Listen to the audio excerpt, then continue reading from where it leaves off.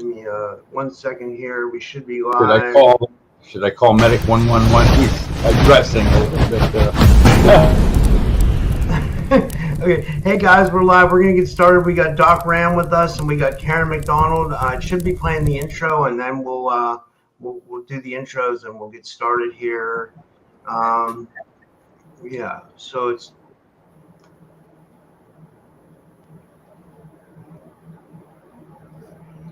Okay.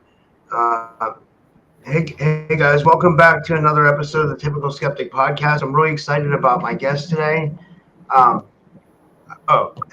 have with me Dr. Richard Allen Miller. He's a physicist, a metaphysicist, a black ops insider, and a pioneer of new paradigm science with a background in Navy SEAL training, alternative agriculture, and ESP research for the U.S. government. Doc Ram bridges deep science and esoteric like very few can. And I also have with me Karen Ann Lucyk Macdonald. She's a sovereign systems buster and a planetary gridworker known for her fearless disclosure of deep state agendas, synthetic overlays, artificial timelines, enslaving humanity. She works with healing frequencies, galactic councils, and new earth technologies to help humans break out of the AI containment. And this is going to be an amazing show, and I'd like to give them a big warm welcome to the show. Karen, Doc, thanks for coming on. How are you guys? I'm excited. I mean, what can be better than to spend my afternoon with Rick and you, Rob, and like everyone out there that's going to get this message. So it's an exciting time. There's a lot of pivotal information, I think, between what Rick and I have to offer a lot of people. So I'm really excited to present it today. So. Yeah. Well, who would like to go first? Doc, would you like to go first? I don't care. I'm of two minds of this. That's a little Two-Face out of Batman. Call it. You got a lot of information. I can head up on the solution on the end. How's that? Well, okay. I did a study back in 1974 with the military. I was working out of the Pentagon under Dr. Karl Schleicher. Schleicher was a Nazi that was like von Braun, different. Von Braun was secret space program with Carol Rosen just down the street from me. I did everything else, the paranormal studies, the stuff that people couldn't get their grasp around because I was a pretty good physicist.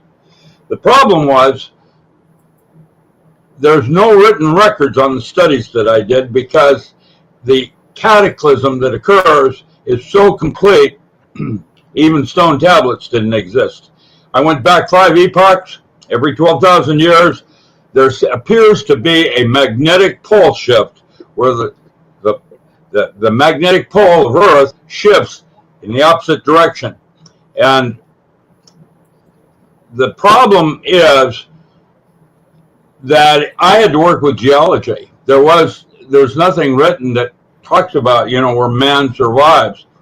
It's basically taking us right back to the Stone Age. We appear to get to a certain level of achievement, like spaceflight, Vermana, whatever, and then all of a sudden there's no more written records. It's all wiped clean, and man's back in the Stone Age again, having to regroup.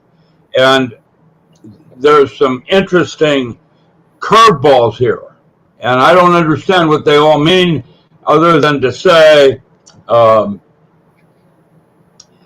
you can count on it. And it's happened 5 times before, and the study I did had a 3 sigma error coefficient. That means a 99.9975% probability of the event occurring. Now, is it going to occur? I don't know. I think so, yeah, because of the signals I'm getting, but that doesn't mean it's so. And so physics is really good at reproducibility and repeatability, but that only gets you halfway there. And when I say that, all our physics begins with an assumed truth, and so it's as good as your imagination, and that's probably why there will never be a theory of everything. We can't get there from here, kind of thing. What's that? Or is it just me? Yeah, go ahead, please.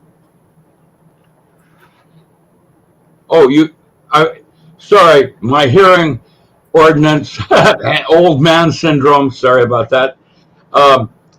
The problem I'm concerned with is that I'm now realizing there were genuses and species of man We did not evolve from apes. Apes evolved from us. First off, Homo neanderthalis was actually a superior species than Homo sapien. It's the one that taught man how to come in out of the fire, out of the rain, and build a fire. And their gene pool is found in some African bloods, but the species itself is extinct. Well, what happened? Why was that? Was it a virus that was, specific to a certain species? I don't think so. That's pretty far-fetched. What happened? I don't know. But I can tell you I have some concerns, and because I have a high IQ, that is basically survival coefficient. EQ, which I've also experienced at Groom Lake, is quite different, and that, in my humble opinion, is intelligence. So with all of that said, over. It's your turn. Karen, go ahead. Do some follow-up. Good luck. We're going to pop up some volume here. Am I able to present here, Rob? I was just you can present. Yeah. Okay, I'll try putting some of this up on the screen here a little bit. What we were talking about today, and one of the things, is that these Earth shifts are coming in. I know I'm in an area in the Kootenays where we can actually feel it. I can feel this ground vibrating at times. We are seeing the changes in the animals, the migration. We see the changes in people's behavior, obviously with what's going down in many of the cities. It's not just in insurrection and stuff like that, but more so what we were talking about was, and Rick can expand on this, is we've got volcanoes, we've got Hanford nuclear below us, we've got that whole west coast on the Cascadia subduction shaking. We've got the Juan de Fucas, and of course what's called the axial seamount, which again is just a couple hundred miles off the west coast going, and it's expanding. And Rick has tied this into a stellar space event, and I know he wants to talk and really get everyone educated on what's happening with the supernova of something called Betelgeuse, and that star system that's out of the Orion that is ready to go, and you actually think that it has gone. So, Rick, can you elaborate a little bit on that, please? Sure. Yeah, the problem, okay, last year, Nibiru blocked Betelgeuse's, the light from Betelgeuse for 4 days. Now think about how impossible is that with the entire star system. Got a little star right there called Betelgeuse, and you've got Nibiru, all our planets are on the elliptic plane except Betelgeuse, which is doing a slightly different orbit than all the rest of them. And for these two things to fight for 4 days in space is almost literally impossible. And with that said, at that very moment, Betelgeuse went supernova. That means we didn't see it go nova until recently, when that shockwave came in June 1st and set off a series of CMAs on the Earth, off the sun, that are affecting the Earth like we've never recorded them before. And with that, all these volcanoes that we're now discovering are about ready to explode, like Yellowstone and Mauna Kea. And the fact that Mauna Kea and Yellowstone burst 2 weeks ago at the same moment, that's another impossibility unless these magma groups are connected, like Mount Rainier, Mount St. Helens, and Mount Hood. Now, the one we talk about off of Crescent City will be the one for the West Coast where I live. Basically, when that goes, you're going to have 4 hours before everything west of I-5 is gone. And that's me not knowing what I'm doing, but being one of the best physicists the Pentagon ever had, and knowing I don't know, but that's what statistically looks like it's going to happen. Now, is this going to happen? Well, I'm not a fortune teller. I hang out in physics, which is one half of the brain. A brain has 2 sections to it, EQ and IQ. And I hang out on the right side and the left side, and and the right one, that's Harry Belafonte. If the right one don't get you, the left one will.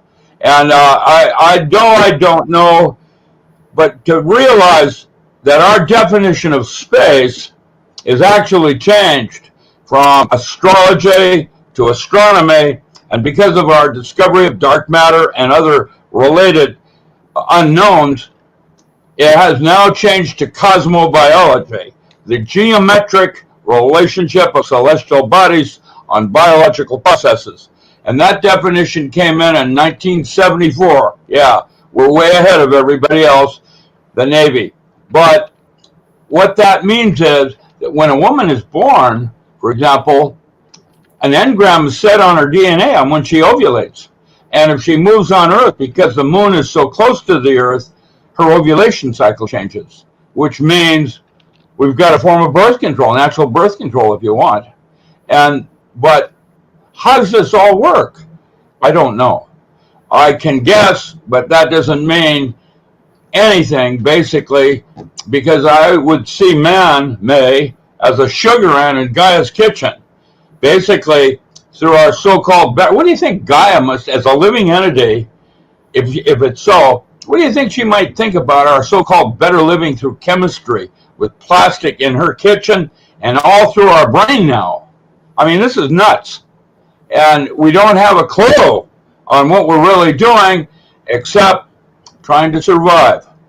And when you realize that Homo neanderthalis was a more evolved species than Homo sapien, now you start to wonder, what does it mean about being the singularity, the mating of silicon-based life forms with carbon-based life forms and AI, and the concepts of what AI are becoming right now, completely out of hand. Even Isaac Asimov, who was a physicist, knew best when he wrote I, Robot, that you had to have rules of engagement, which we do not, and basically are now, it's too late, because in my humble opinion, the singularity has already happened, and that's when little green men from Mars morphed into tall grays, Nordics, and reptilian, and our menage of alien-based life forms. Anything with a face, 2 arms, and 2 legs, that's carbon-based life form.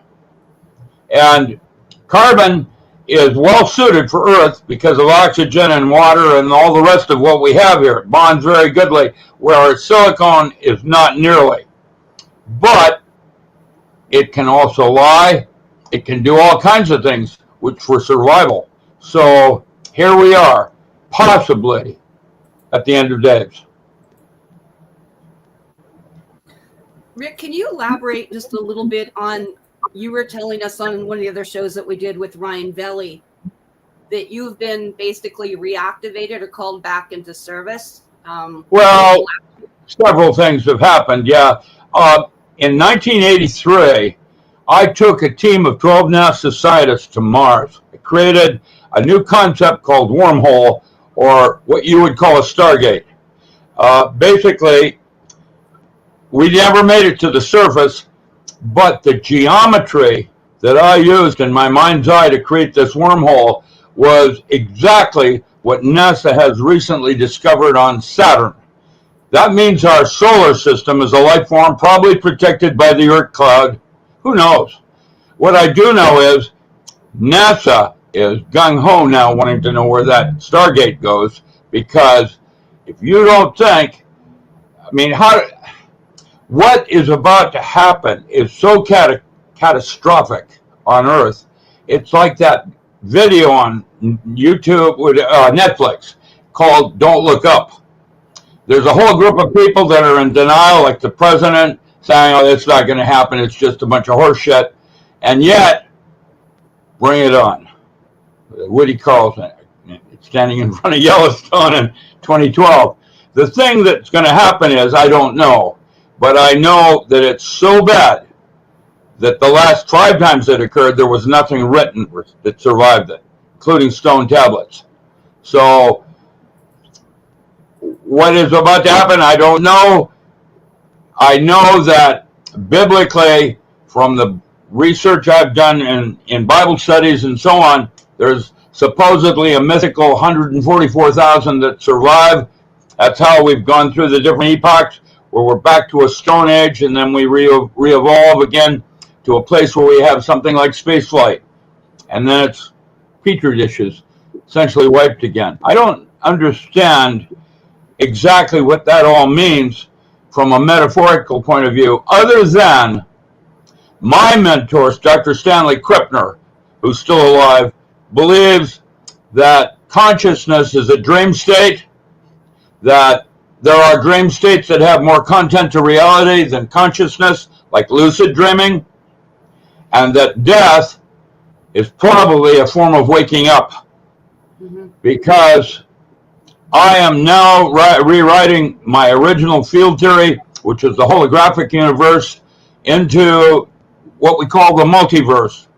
And I studied with Carl Prabram and James James Bohm. Robert Bohm. Not Bohm. I forget his first name. I studied with him a long time ago, and these so-called concepts of parallel universes.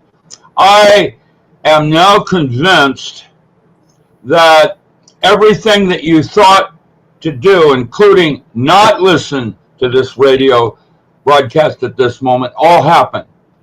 And that the dream you're having is just one of multiple dreams that are going on, where all the different choices you had to do just today all happened. And that's what we call the multiverse. And I think there's a way, what my goal is called bilocation. It's not astral or remote viewing. It has nothing to do with consciousness as you understand it. It's another you that made another decision that happens to be over there doing that, like you're doing this.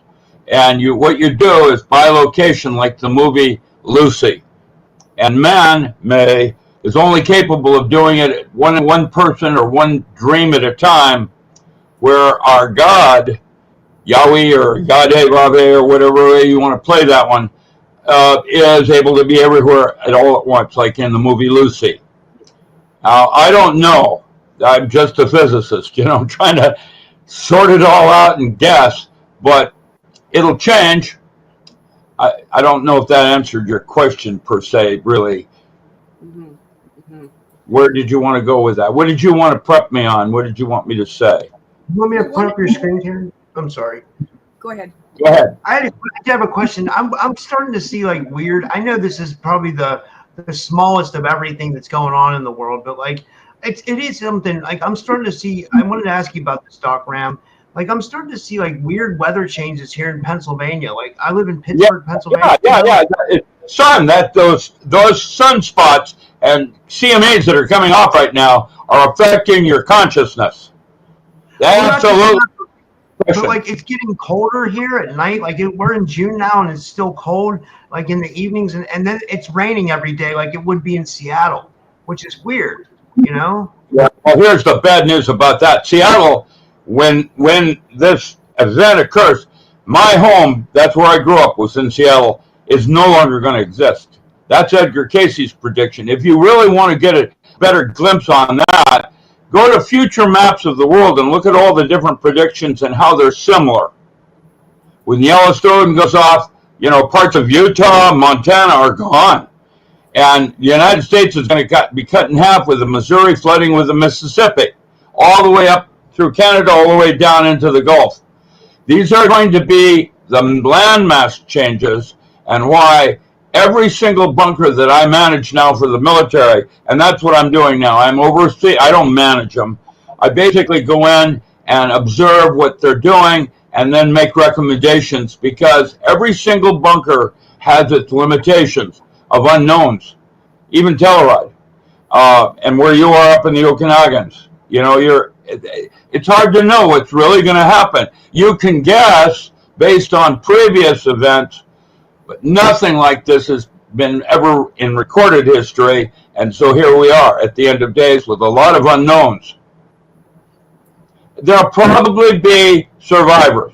Absolutely.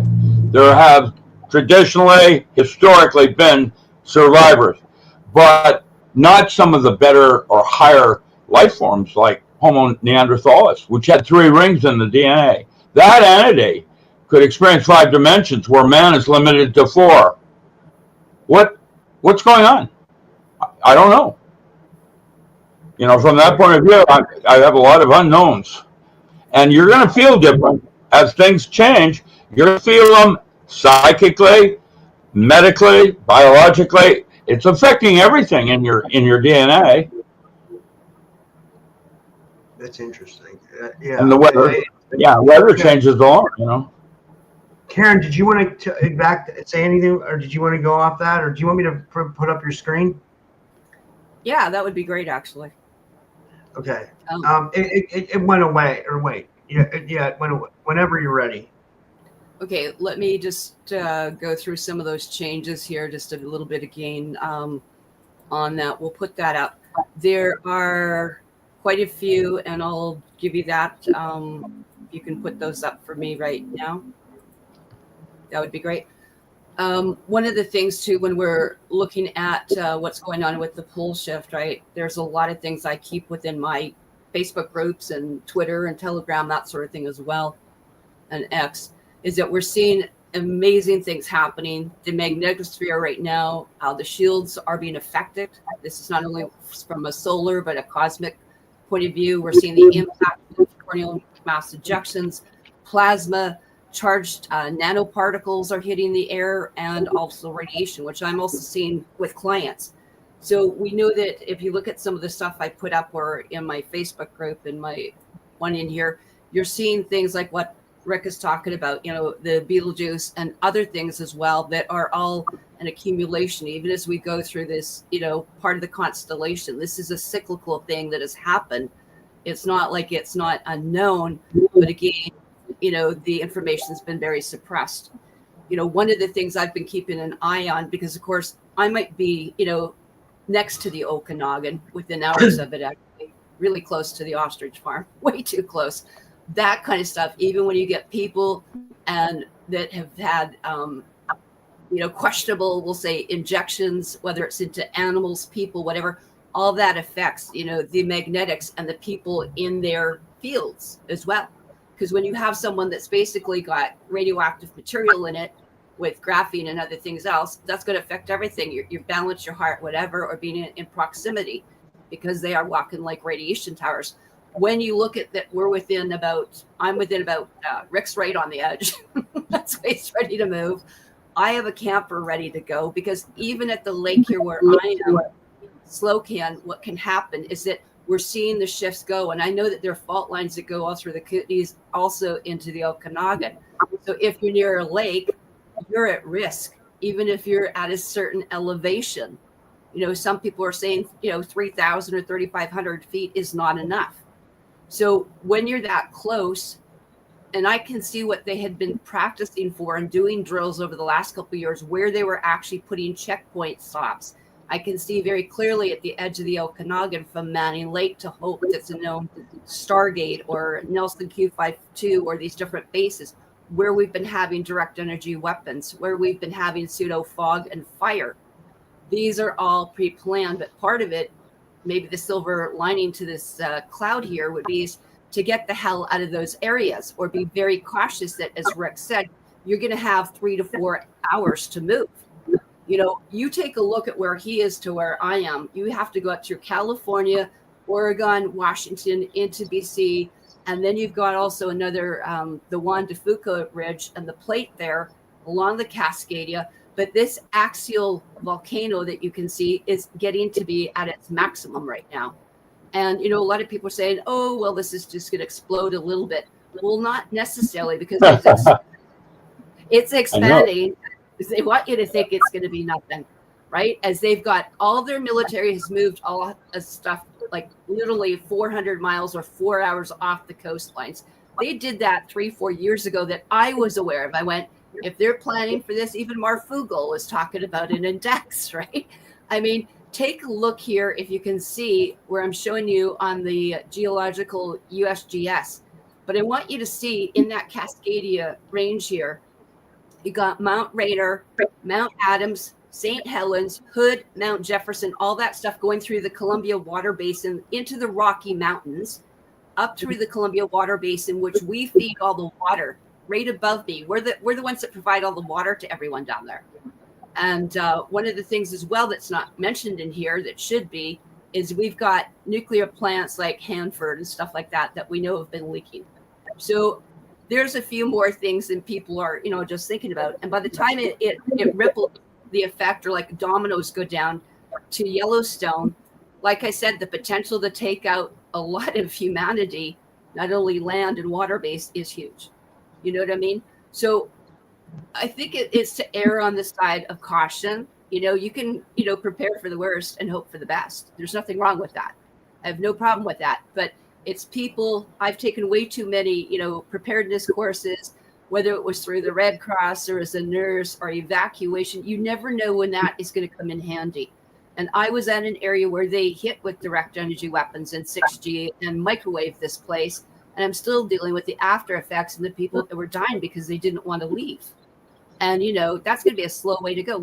I've got friends of mine and clients that have now died because they were within hours of this. So Rick is giving, I think, a very educated warning, and he has been contacted and reactivated back into the highest levels of government as a consultant. He's higher than they are. They bring him in. So I think this is worth at least looking at and putting it in the filing cabinet. And then what I'd like to look at later is, we can talk maybe what you can do to prep. You're not going to have 3 hours. I know I've got a camper parked up and they're ready to go all the time. You got to have things ready. It doesn't happen. I could interject too. What we've done in New Jersey, a friend of mine, he's my replacement with Matt Stein. When Matt died climbing El Capitan, I stopped doing urban survival skill workshops until J.C. Cole came in. And J.C.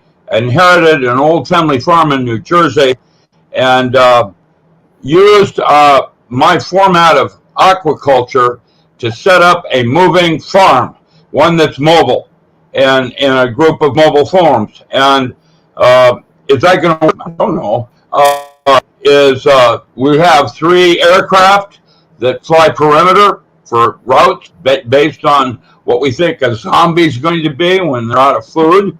And the rioting that will occur on the East Coast alone, it's like one gigantic 15-minute city. And all those cities have only, less than 2-day delivery systems where the teams are longshoremen or whatever. It's all going to fail. And then there's going to be food shortages. And that's what's going to create zombies and this chaos completely. And you got 3 minutes for air, 3 days for water, and 3 weeks for food. And when you get into the food system, it's going to be real weird. And so what we've done is we've put a lot of our food systems into mobile systems going from one bunker to another. We fly perimeter, so we have options with route B and C. But truthfully, that's only as good as my science fiction story that I might write, with Mad Max being Fiora. That's one of the reasons we start coming mobile, is the fact that movie depicts that no matter how stable your bunker is, there's always the need for a go bag.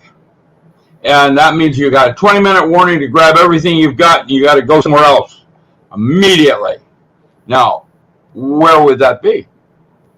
And that's what I think you all listening now need to start thinking about. That doesn't mean it's going to be a safe route to go, but like the day after tomorrow, it's you have no idea how it's going to play. At the best of my physics, and I'm limited, and I did a study back in '74. I started promoting this 4 years ago and have links to validate it right on up to current today. And today, it's exponential on how many warning signs are being given to me of, hey, notice this, notice that, pay attention. Now, is it my imagination creating it, or is it real? And the correct answer is yes, all of the above. You have to be very careful about your thoughts because you make your own reality. That's a chapter in one of my books where it's a mind's eye. It's imagination. It creates reality, not my physics. So where are we going? I don't know, but you need to start thinking about that now. one of the other things I just wanted to bring to people's attention, there is a lot of pre-planning. Obviously, we know about the riots that are going on. A lot of those are almost timely, whether you think it's sleeper cells or whatever it might be. It doesn't matter. The agenda is that it's actually happening. It's creating chaos and destruction. They have deployed, as you know, the Southern and Northern Command has put all the forces into place. They've deployed National Guards, things like that. Part of this is also somewhat cover operations as well to get people out of areas, I've been told.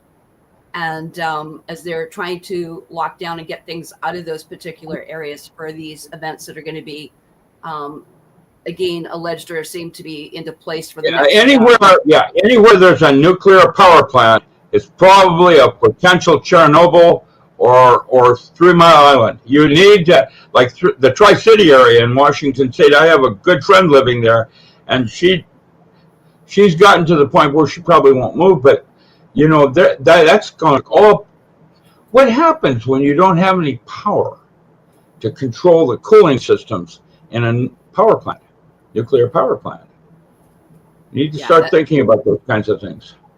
And that becomes an issue. One of the things, though, that was, quite nice and happy to hear, people that in like my bloodlines in Russia and stuff like that, when you look at what happened around Chernobyl, Ukraine and stuff like that area, is that a lot of people, when they went going alkaline, using those shagas, using those alkaline herbs and stuff like that, they managed to, get through some of this. So those are some of the things, too, that we've seen in those areas. And that's why, when we talk about things, what can you have on hand? My experience in dealing with stuff like this, because we've had radiation, direct energy weapons, fires, and all sorts of things as well. Plus, we've had leaks. Saskatoon at the University of Saskatchewan had a slowpoke reactor and an LHC and a synchrotron all at the same time. Like, we didn't have issues, we did. Right? And I think a lot of people are under the fallacy that these plants all exist down in the States. Well, they don't. There's no border to the military. There's no border to these NBC with also biological and chemical warfare agents as well. So when some of these different things are being exploded or imploded or sinkholes or whatever we're starting to see, I follow this very heavily on Earth Changes, Earth Master. I was just actually texting with Stephen Walker. He's got a great channel at JWTV, because now what's happening is some of his insiders, they've been talking about what's also in the air that's affecting people. It's almost like this is dumbing down people, Rick and Rob, so that basically they're not going to be able to react. So where you and I would sense the danger, a lot of this is literally dumbing them down. They're getting suppressed, that they're going to be apathetic and be confused. And that's the thing. If you're listening to this, you're not able to make, pertinent cognitive decisions. So it's going to affect everyone's ability to think properly.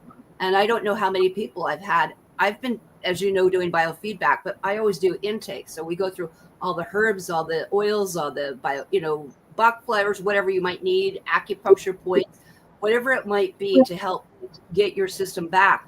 One of the things I always test my clients for is their cognition before I ever even look at doing testing. And so when I do the intake, do you know probably about 50-60% of the people cannot tell me the alphabet properly anymore? And that's sad, let alone vowels and stuff that we need to get them to articulate. But it's affecting people's short-term memory especially. And I think that becomes an issue. So having things like aloe vera, having things like mushrooms on hand, rhodiola tinctures, potassium iodine and iodide. You can't wait for these things to happen and then think you can pack up. People need to be prepared and have seeds and things like this and things you can sprout and access to clean water. If you're not near, find a spring not poured where you need to be. So this is kind of the things I think people need to look at. And it is. I mean, I can see we've had helicopters over here. I get that reported all the time. They were picking up trees. They're looking at areas that scorched and how this actually performed from what they did in the last year or two or three, from whether it's Maui, it's Malibu, it's Paradise, all those areas.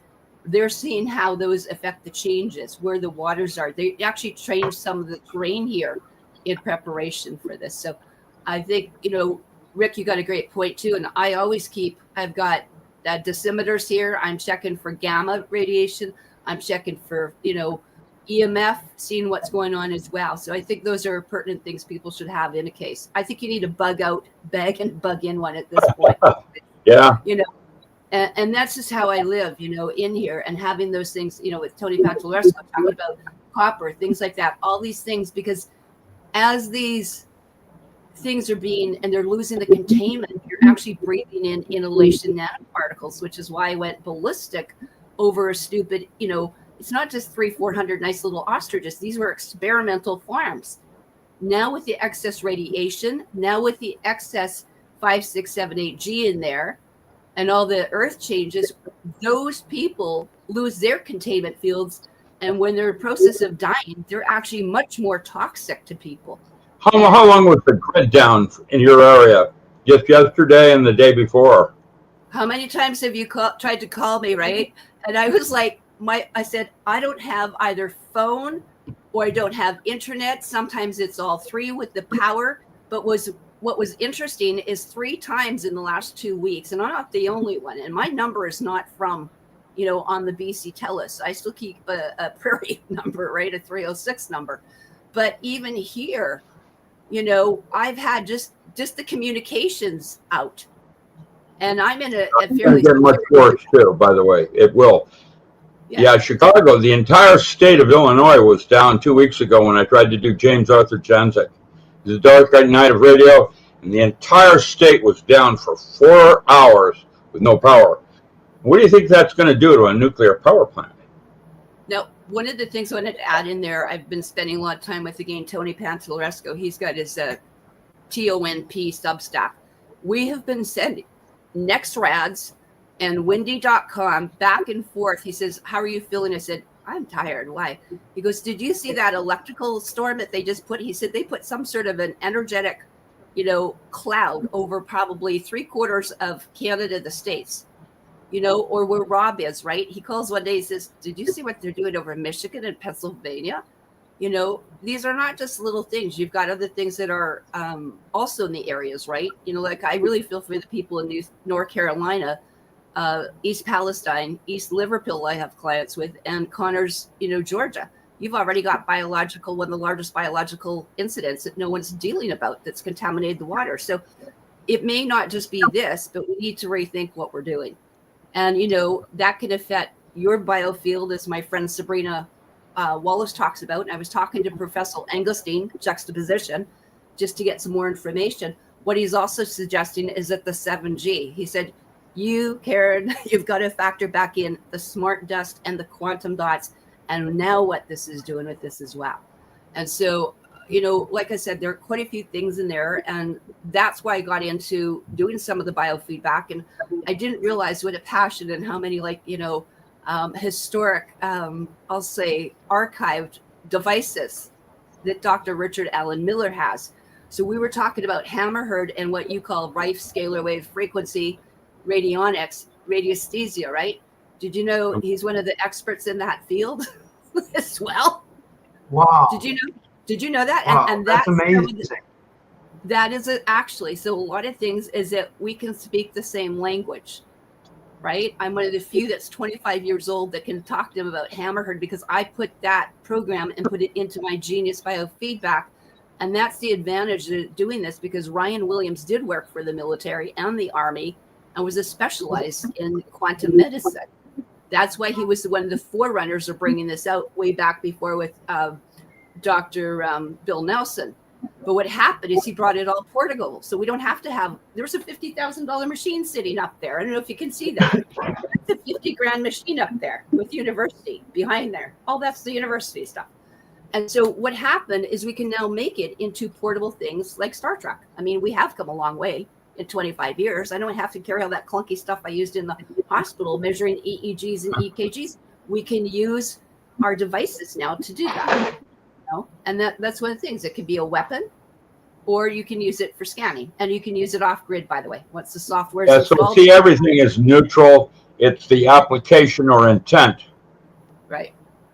And we got into a little bit of that. We were talking about, you know, fullerenes and stuff like that. Like, you know, I was investigating some more stuff with Tony Pantaleresco on carbon C60 and 70 and fullerenes and how that affects people.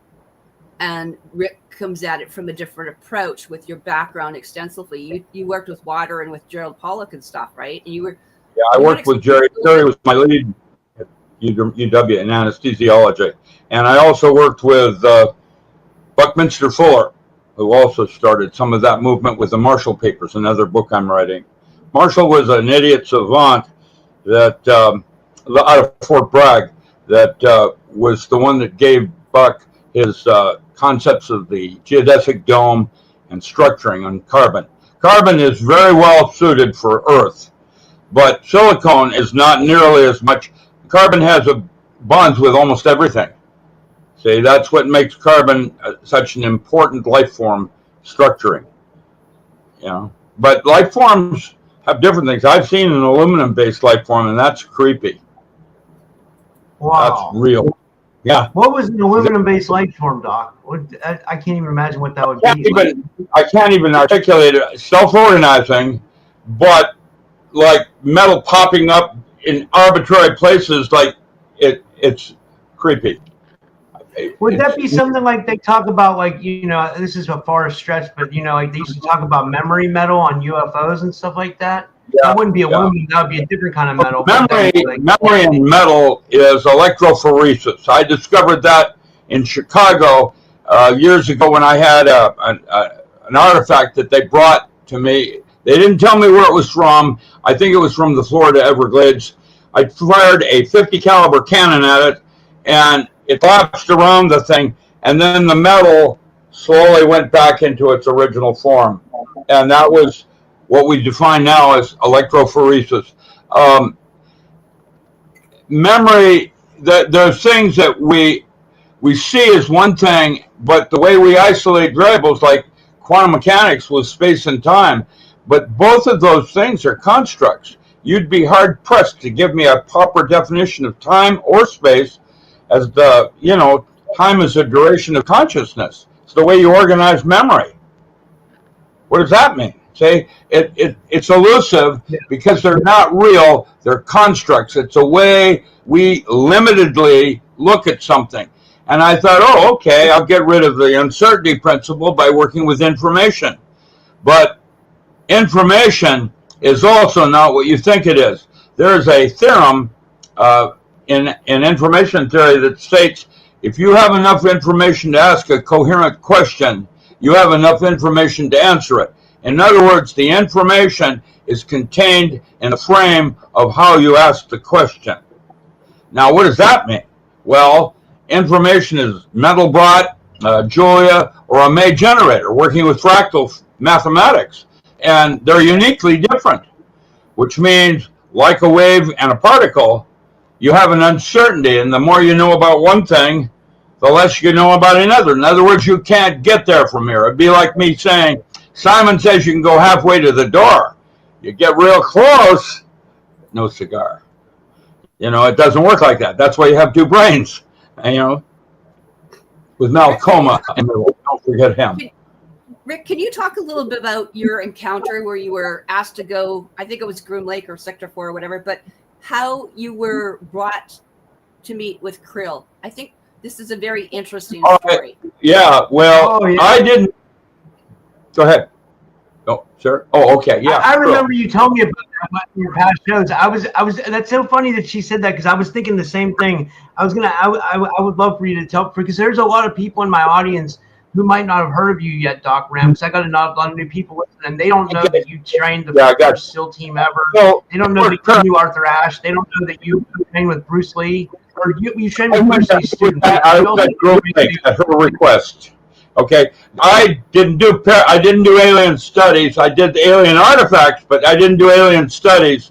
That was under von Braun. I worked with Schleicher, did like what you would call Hellboy and weird stuff that we don't understand. And Krill, which was a tall gray, was the one that asked for me. She wanted to meet me. This was in the Nixon era.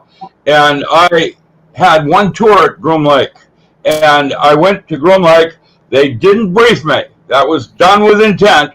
What they did is they sent me 8 floors down, and I was 8 levels down, and I opened the door, and there was this long table with top secret documents, big pile of them. And I just grabbed one at a time and started reading them when the door opened and Crow was there. Now, she was a tall gray. I have essentially no memory of what actually happened in that moment. When the door opened, I saw this tall gray, had no body figure. That was probably some kind of a suit she was wearing or something that was just, I don't know what it was. And she felt feminine. That there was no question. And I heard voices in my head. Later, after debriefing and all of that, Alan Frey and I developed a thing called synthetic telepathy, which was not how she communicated, but it was the closest thing I could come up with on how that all worked, where I could hear voices in my head. Basically, synthetic telepathy is 0.3 to 3 gigahertz, microwave band, and then you heterodyne audio on top of it. And that's a neutral thing. It was perfect for outer space on how you could communicate where you can't use a voice, because what it does is it heats up your temporal lobes, causes them to ring, and then you can hear the voice and the audio inside your head. Now, as a weapon, Wow. how that's used, that's called synthetic telepathy. It bypasses the eardrum. It's working with microwave on the temporal lobes and your heterodyne audio on it. And the thing is, the way they weaponized it was by turning the volume of the audio down. You're not sure it's your own thought. That's where they get V2K from, right? Voice to skull. But Krill was communicating to me, and it's like the memory's there. I can see it, like I can see the movie being there, but I can't remember. I can see the face of Peter Sellers, but I can't remember his name. And then every once in a while, a door opens, and I get a download of just a brief moment of what she said to me. And I can give you an example of that in a minute. But because of that, I'm now thinking that it was Krill might have been my future programming me for this moment. I don't know. What I can tell you, okay, typical one that opened was, if you were to remember Earth by, what would it be? An artifact. And if you chose the right one, you get to choose a star of your choice to complete your evolution. What would the artifact be? Okay, now, completing my evolution on Alpha Centauri as opposed to Pleiades, what would that imply to you? Well, anything, again, with a face, 2 arms, and 2 legs, that's carbon-based, that's your evolution. So I'm in a stasis, probably, or a dream state, and the future, our so-called singularity with, working with silicone-based life forms and AIs, that's probably where the different life forms of carbon-based evolve from, where you have little green men from Mars, and now you have a reptilian, because they chose that star or whatever.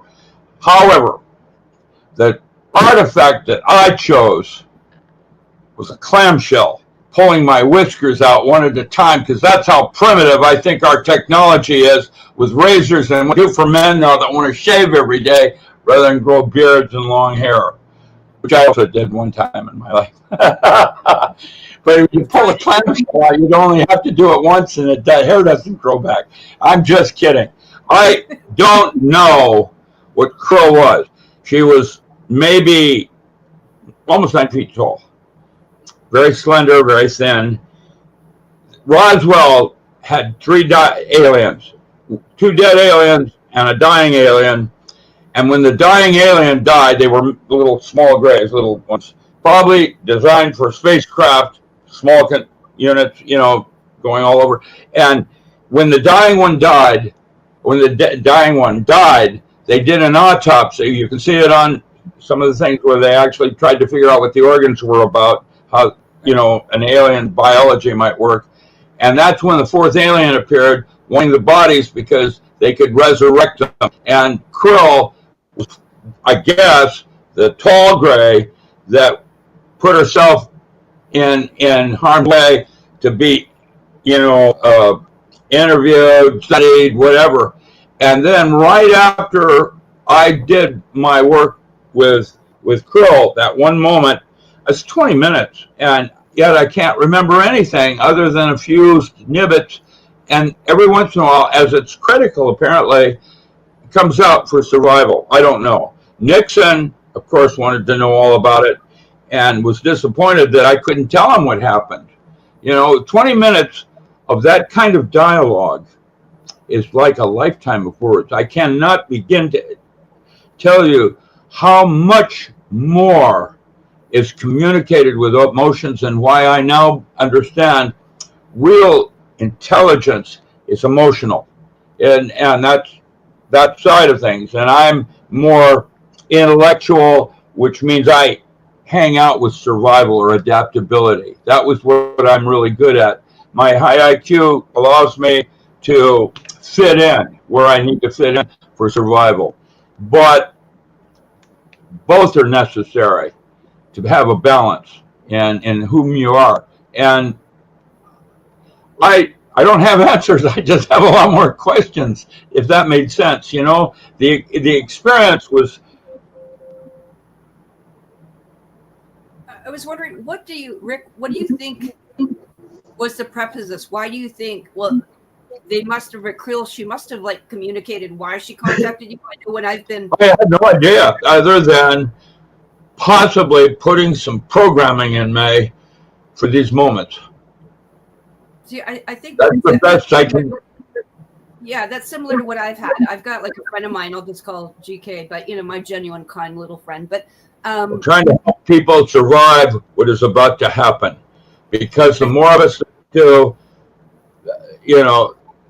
I don't know that man is evolving. Actually, I think they're devolving in some ways. The way we respond to toys and cameras and just the whole thing.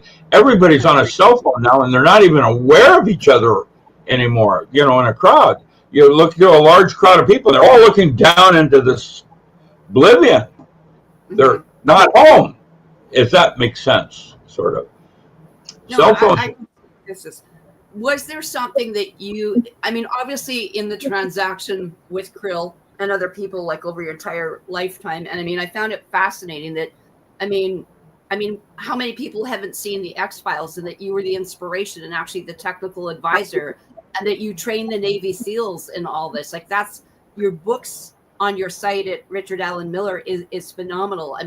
Going back into, I know as a nurse, when I was nursing, one of the first surgeries I ever saw was an aortic femoral bypass, and you're the one that actually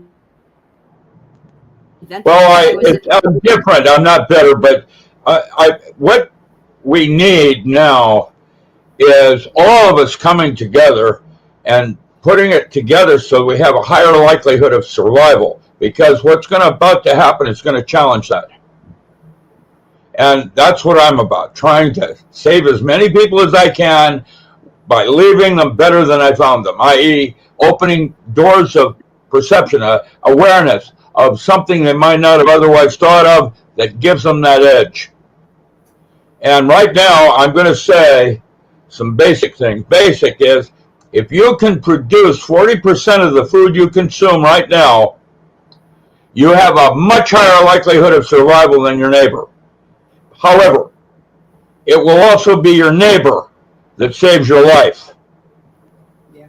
And so what you have is an environment that produces some kind of herbal pharmacy, blah, blah, blah, that you can barter for other things that you eat that you don't produce. And when you do that, that's called trade. It's not money, not Bitcoin. It's, when you're out of water, what's more important? And you only have 3 days for water. And the bottom line is, like in Washington, I never had to think about water, because wherever there was running water, it was usually potable. Otherwise, some animal committed suicide above you and you have coliform on it. But down here where I live in Oregon, and the serpentine oils, you have to test it for arsenic. And so each environment has its own rules of engagement and pluses and minuses, just like bunkers. And so when when you choose a bunker and where you're going to live, be aware you need to also have the ability to be mobile within 10 minutes. I mean, 20 minutes actually, but yeah. I got a question, Doc. I got a really good question for you. You're going to probably like this question because you wrote the concept on holographic reality. If we are in a holographic reality, if we get enough people to think positively, like that this won't happen, can we change the reality and manipulate it and have this catastrophe not happen?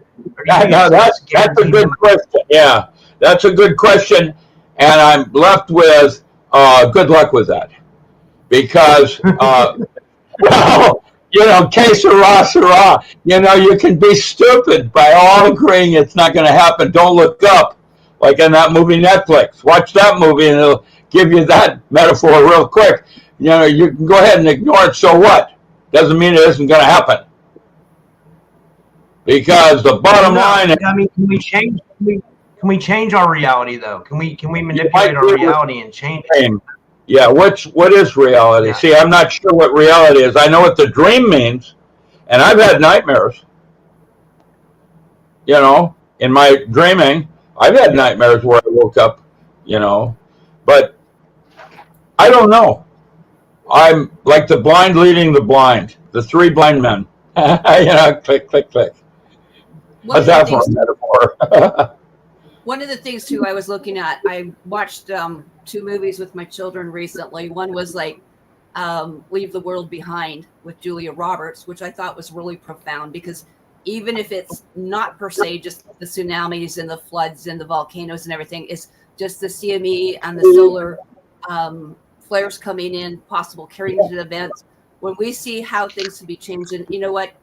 I actually related totally to the movie, and I'll tell you why. It's because about 8 years ago, just outside of Calgary, I was on my way, and I was right by what's called CFB Suffield, which is Area 51 for Alberta, next to Cold Lake and Edmonton and the Calgary bases. But I was there at that tri-base and I started joking around saying I'd be your tour guide, and the car was taken over, Rick, and they took us for a joyride. And this is going back 8-10 years ago, before you had urban cars and stuff like this, right? And I knew the power. It was, we know that that we know. We weren't hurt, but we went through some sort of weird magnetic electrical change for them to do that, obviously. So when I start seeing that, and one of them called The Last of Us, which again is where the infections and stuff are taking over people, right, and turning them into. Yeah. And I'm seeing that already. I mean, whether we say it's. So you have a sense of the possibilities. Yeah. Absolutely. And that's one of the things too. When I started getting into the fog stuff and the cesium-137 and the tryptosone cruzi and the toxoplasmosis and the serratia marcinians that I was picking up in my clients months before, actually, Mike Adams, the natural health ranger, came out and said, hey, this is what we examined. This is what we found in these fogs and mists and, geoengineering chemtrail crap. It's in everyone. No one's healthy. It doesn't matter if it's an ostrich, a dog, or whatever. We're doing our best here. But what would, in your mind, be the most powerful things if someone had to put into a suitcase today? What would that be in your estimation, besides a map of where to relocate? But and you're going to have to want to carry some water for at least 3 days. I have a book called Can You Live Off the Grid for 30 Days? It's a booklet, actually, and it's an ebook form, which means it's inexpensive if you want to get it that way. It's part of the Power Tool series on the 8 protocols I gave Navy SEALs to make them Supermen, the SEAL program. And altered states are gifts in that you can do things in an altered state you can't do with consciousness. And instead of using it for recreation or escape, if you were able to use that as a tool in a toolbox, being able to go from one altered state to another would allow you to change realities, because that's the laws of physics are different in these different altered states. That's why you can do something in this state you can't do in that one. I'm giving you an example of one of them. One of the things I do at the YMCA now is I go change my perception of time with breath control by listening underwater to my breathing. You know, you're floating on top of the surface and you can hear the echo of your breathing and so on. And what that does is it changes your perception of time by your breath control. And by just doing that, it was able to take my martial arts to a paranormal level. In other words, when I was doing Tai Chi, I'm actually having the precision of Tai Chi with the movement of Hanga. You're just moving it up like that. And you experience it as slow and having the precision. I think that's really important. What you bring is the mindset, is the inner work, right? The mind is non-local. It's not real. It's a tool. Right. It's a tool. It's not real. You change your beliefs like you would a pair of clothing. I talk about magic with a C is hairy in your pocket, sleight of hand. While I'm doing one thing, I'm doing something else. And sleight of mind would be magic with a K, where your belief systems are arbitrary. You choose your beliefs with what you're trying to become or what you're trying to do, your purpose. It isn't that Jesus said it, I believe it, bang, and that's that. One of the things that Christ said that's so important is the only person you can judge is yourself. So why, if that's true, all our wars have been judging other people's values? Right. That's a good point. There it is. You know, all our wars have been around religion. The Arabs versus the Jews versus the Christians. Christians, you know, Pope, I'm watching this one right now on Marco Polo, where Pope Innocent I declared war on the Cathars, and that was the moment, that was in the year 1000, when Pope Innocent I changed the direction of the Catholic Church from the teachings of Christ to the Catholic Church's direction. And I'm not a biblical scholar, but I did spend 6 years with Gershom Scholem trying to understand and do my own translations of the Bible. And while I didn't find real answers there, I find discrepancies that allow me to think deeper about what is and is not correct for me. And the reason I go to different churches is seeking fellowship, where I find a group of people that actually have values I would like to become more like. I'd like to become more like that. Now, that doesn't mean that that's right for you, because each of us is different and choose differently. That's what made us God's favorite. It's the secondary part where we work with absolutes rather than preferences. My daughter used to say, Daddy, I love this, and Daddy, I hate that. And I used to say to her, I'll bet I could find something you hate even more. That was Eastern and Western thought. You know, the idea of the yin within the yang, that you had preferences rather than work with absolutes. Now, which one is which? Well, that's different for each of us.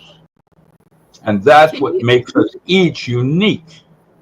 Can you expand a little bit on, you know, like I'm a tribal clan mother, obviously, you know, the white one, white bear or whatever, as people think, Russian, Arcturian lines, whatever.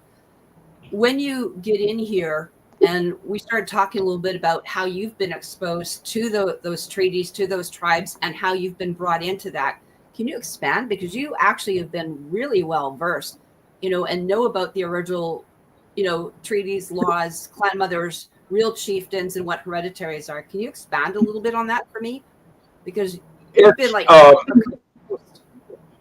yeah, Carl Jung, what I did is I became a doctorate in physics, then I became tenured in anesthesiology, medicine, and then I decided to try to soften my physics with Jungian psychotherapy. And I studied with James Hillman and have imaginal psychology, where it softened my physics a little bit, so that when I write on magic, for example, magic, like the book I'm doing on tarot, it's titled The Magical and Ritual Use of Metaphor. And I'm going to suggest the metaphor is that there are 22 stories in the big city. You and I probably have 5 or 6 primary storyboards going on. And to understand them, you work with metaphor or archetypes. And basically, Persephone having to go to hell each year and as a metaphor, it would be a kid taking drugs once a year because he's depressed at Christmas. Now, each one of these storyboards has an ending. And if you don't like that ending, you don't want to end up like that, then you change the movie. And that's done with ritual, the celebration of a myth. And I'm grateful I got to study with Albertson Skorky and got into quantum biochemistry so that I realized that when you find dimethyltryptamine in crabgrass, one of the most commonest plants in the world, that's almost like a delivery system from God. And now I have to look at crabgrass and dimethyltryptamine a little differently.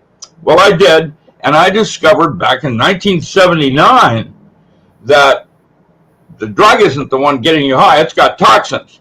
But what it has is chemistry very similar to, but not necessarily your neurotransmitter. And that means getting high and the changing of an altered state was your immune system's response. And once you understood that, you started to take direct control or responsibility for that and use it as a tool. And once you can do that, now you are starting to truly get the big picture and evolve. And for me, I'm just a lead scout. I'm not the bottom line. You were saying you were and also some of the tribes as well that you were brought in to some of those treaty tribal lodges. Can you expand a little bit on that? I thought it was very fascinating that, to see, what you've done and how you've expanded in that role. And I've been very blessed in some ways, living more lifetimes. Well, what it's done for me is tell me now what I don't want to do. I now have learned my lesson and why I don't want to do that anymore.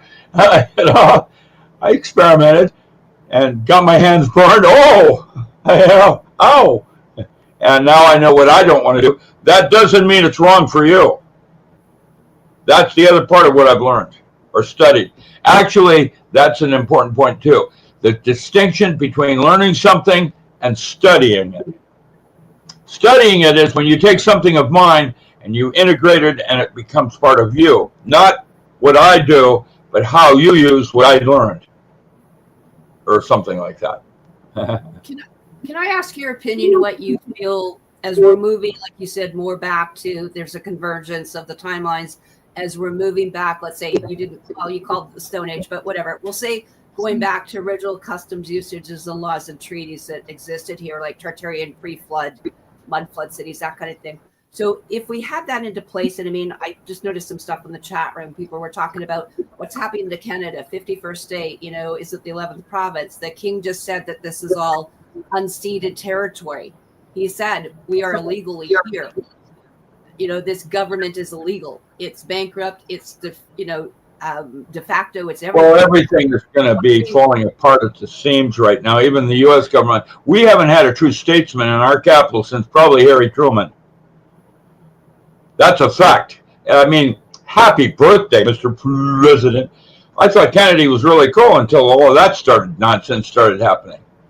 Right. The audacity of someone of that level of power, no matter how smart they are, to think they're above the law. Mm-hmm. That's, I can't go there. And that's one of the reasons why we formed the Free State of Jefferson, but that's changed now. So down here in Oregon, that's why I left Washington, came down here. And yet, now, this last governor, when she left office, she opened up Spotted Owl. I helped Paul Newman write that whole thing about Spotted Owl. I did 22 grants in the Trinity Alps trying to get farming going up there. And this last governor, when she left the state of Oregon, opened up Spotted Owl for economic relief. There isn't anything left to log in Oregon. It's terrible. You go to the log yards that were vacant for 10, 20 years, and now they've got 6 and 8 inch logs in them, stacked to the mountains. And all the mountains that you look around have big blotches of clear cut. And Washington, I'm not even going to go there. And Idaho, I remember when I was at Washington State University, I was at Pullman. Back then, Haller Lake is where they can find all the pinheads. But now they run the state of Idaho with Montana right behind it and the North and South Dakota coming in behind that. And their border's right there, up there. I don't have answers for anyone. What I have is for myself. And what I want to do is just go dark and finish my manuscripts. And I don't even know why I want to do that, because nothing's going to survive that even, probably. So why would I want to do that? I don't know. It's my purpose is to finish another 147 manuscripts. Things I've done with Buckminster Fuller, things I did with electromagic, things I've done with, I've got a bunch of stuff to leave behind as footprints. And I feel a responsibility in doing that, because my intent is always leave something better than I found it. Can you expand a little bit on? Can you expand a little bit on what would be the most helpful to you at this time? Because you were talking, you've got manuscripts to do, you've got books there. You'd like to have people that can assist you for as an executive assistant or web stuff and getting this straightened out, and also relocating. Because from what I'm gathering, you have a lot of valuable equipment, and of course yourself being priceless. But to relocate, you were talking. I have hardware books that I've collected over the years because of my bookstores and the research I've done with the military. And what I want to do is set up a university for gifted children up in the Okanagans. Something similar to what my great-grandfather did when he did Waldorf out of Zurich. And it's my humble opinion that our children are probably our single most important natural resource. Not oil, not timber. It's our children. And why would we want to send them to school to become us? And I think that's the most important thing. That's what gets me motivated. Is not only my children, but other children that need to. They're gifted when they're born, And what we're doing with knowledge, which by the way, Castaneda suggested is illusion. And basically, I helped write some of those books with him when he went sideways. There were a group of us that did some ghostwriting. But I can tell you that 4 enemies of man are fear. And once you overcome fear, you have personal power. And what that is, it corrupts. And then you start to see things more clearly. And that's a 3rd enemy. And of course, old age. Am I too old to do anything about it? I love it. The metaphor. What is your metaphor? But to serve your paradox. That's Gregory Bateson. And so I put my 2 ox out in my meadow. Right? Absolutely. Can you expand? I mean, I know what the field is. Obviously, that was my specialty. And I'm part of with Dr. Paul Duran. He set up what's called the IQUIM.org, which is our integrative quantum university, which I've been part of since basically the inception, like 15 years ago, that we started putting out quantum doctors, nurses, PhDs, masters, and life coaches to just doing biofeedback through collaborating with Ryan Williams at Inside Health Apps. Can you expand a little bit about the field of radiesthesia and radionics? And radiesthesia is one of the 5 categories of extrasensory perception. You have telepathy, you've got clairvoyance, you've got astral projection, you've got remote viewing, or what you call radiesthesia. And basically, radiesthesia is the field where you use an external object, not you, to communicate information from you to you. Basically, it's information you already have. It's a way you talk to yourself using a foreign object like a dowsing rod, a Ouija board, tarot deck.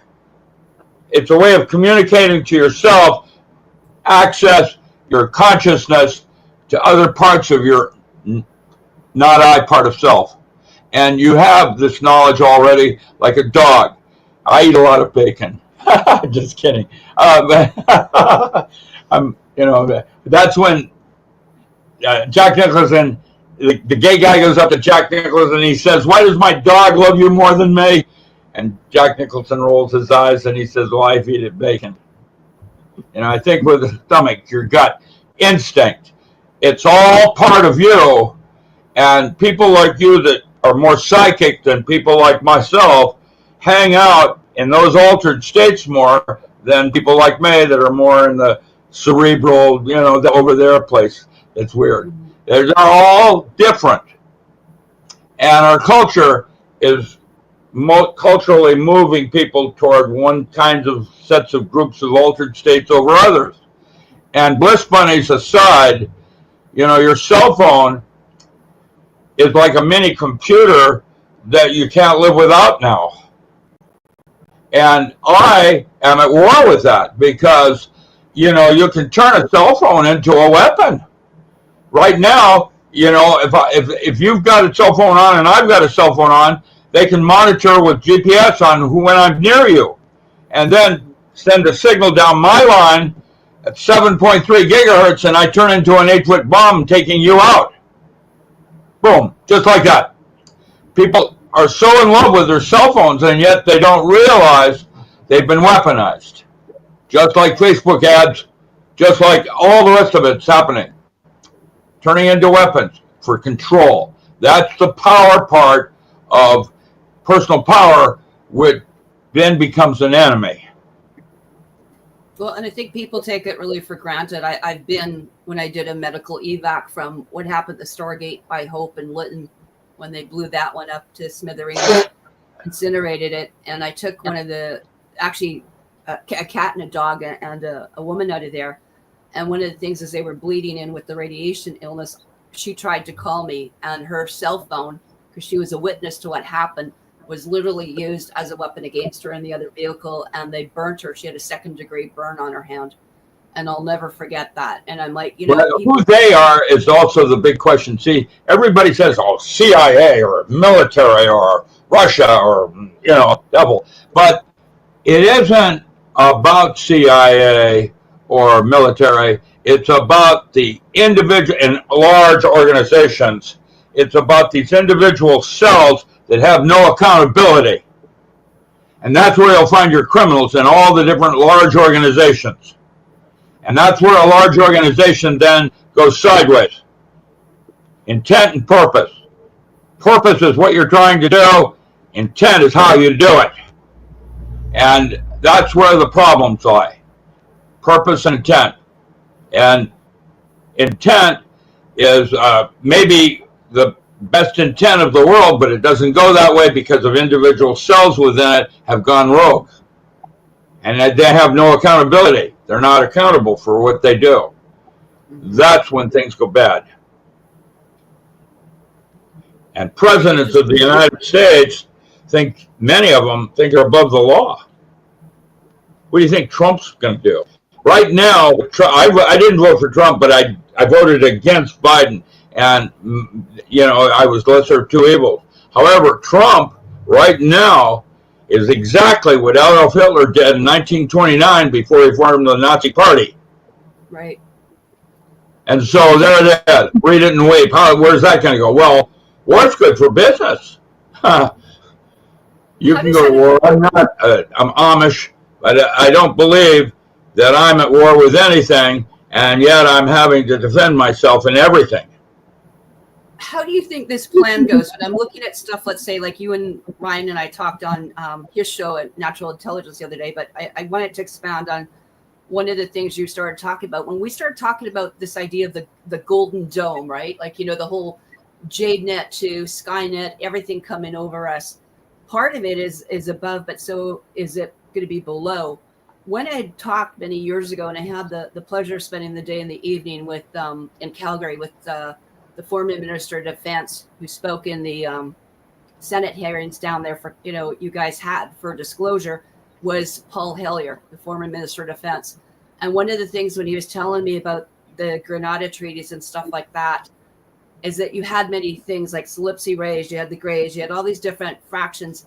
How is that going to affect things? And I think that's why we were told that, as clan mothers, we would still be the original, treaty, wisdom, and knowledge keepers, right? Like keeping those laws as peakers, because what are we going to have like later to reset that? But how do you see this all interchanging when this, Well, I remember the original logo on my hat yes, for Navy intelligence you'll notice there's a star in the center, but look at what the logo says.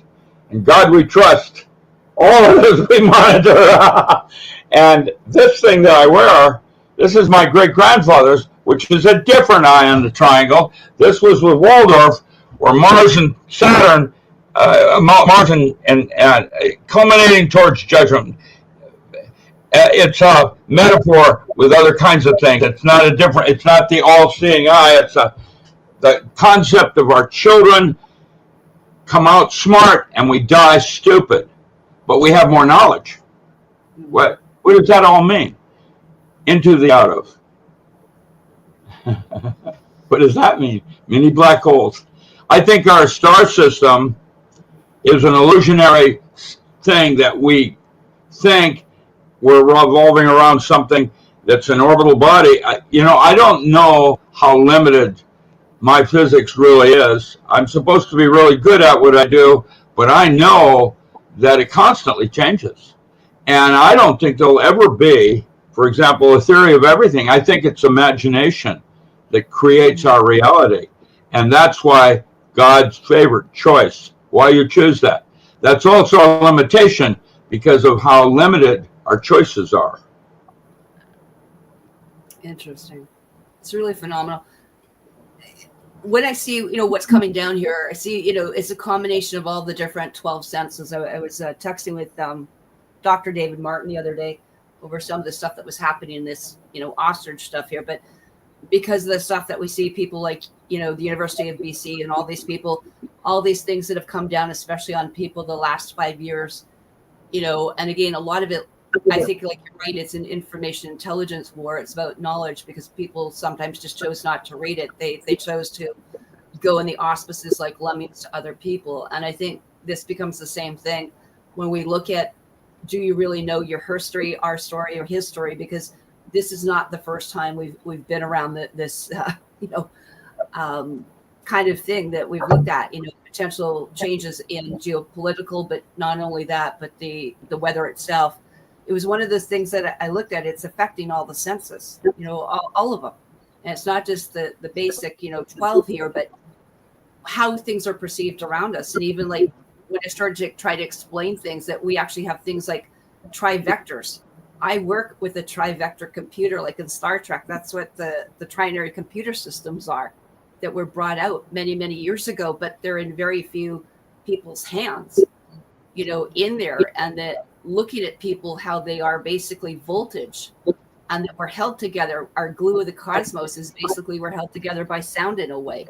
Everything we see, color, frequency, meridians, everything is with that sacred geometry, which, they've been trying to. Mathematics, yeah. It's all math. And that was one of the math, yeah, right. Yeah. That was one of the I think, coolest things, that I could look at someone in traditional Chinese medicine and take the grid map of your acupuncture points and meridians through TCM, or I could look at it through Ayurvedic and actually create a computer. Do you know what we discovered in anesthesiology? We did the studies at the University of Washington on the Neijing and how that all worked. And we discovered that meridian points are where you'll find microtubules with structured water outside the body. It's like a subtle body. And we use German, which send a current. That's how I broke codes with the neurotransmitter on the forehead. But basically, at the moment of death, there's a 5-gram weight loss in the body. Right at the moment of death, 5 grams leaves the body. What is that? And we don't know, but I'm going to postulate that it's structured water in the microtubules in what you call the subtle body or the Neijing. And it goes back home. And what does that mean? I don't know yet. Stay tuned. Film at 11. Same bad channel. Same bad time. I know I don't know. I'm constantly trying to figure it all out. And the bad news is I have a sense that I'll never really know because it doesn't work like that. One of the interesting things, you and I did a show, which unfortunately we're going to have to retape. Didn't go well, but on the upload, and we don't know if that's interfered with or not. Gremlins at work. But we did one with Robert Bauer at Robert Bauer Media. Right. And one of the things we were talking about that I think you were really honing in on was the consciousness, and how, what you and Robert were talking about is, where are we going? This is consciousness technology, and we need to be primed for that.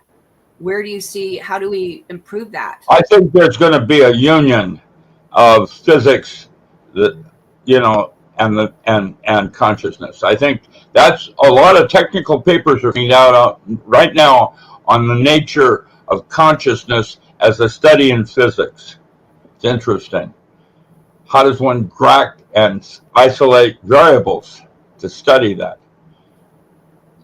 And that's where the mind is different. And that's why I talk about the non-local aspects of the mind.